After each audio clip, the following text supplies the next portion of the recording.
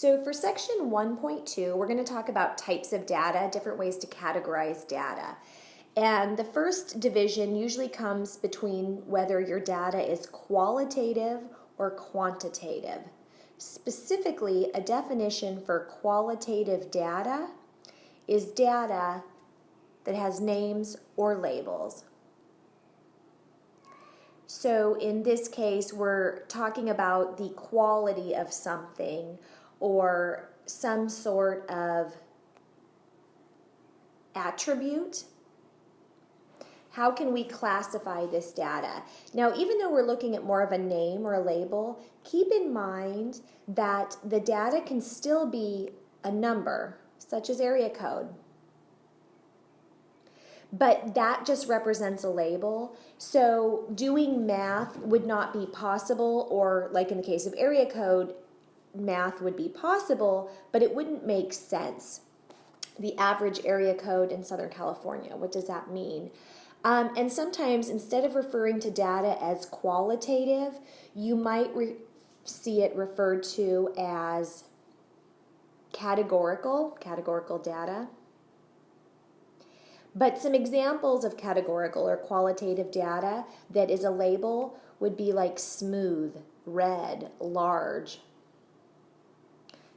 Something that's describing data as more of a characteristic. The second major way that we break up data is instead of having a quality, it has a quantity. It's quantitative data. Numbers that are found by counting or measuring.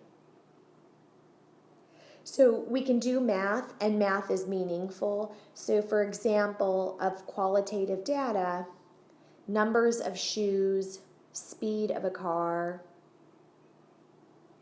These we can find averages, we can find the highest, the lowest, and it all has some form of meaning. Quantitative data can actually be broken down into two further subtypes. The first type is discrete data, and this is where you count the items. So if you were to go up one value, there's only one next possible answer. You can't get more exact. Consider the example, pages in a book, or people in a room. If I was to count the number of people in the room and I count 6, and then someone else comes in the room, I go up by one value. I can only go up to 7 people as the next smallest amount to go up. But if you were to take your quantitative data and refer to it as continuous data, then this is the case where you would measure items. So there's always going to be a better measuring scale, and you can always get more accurate. It's often referred to that continuous data, it's more really of a range, and that think of it as having no gaps in between values. Consider these continuous data items: the weight of a book or the length of a car.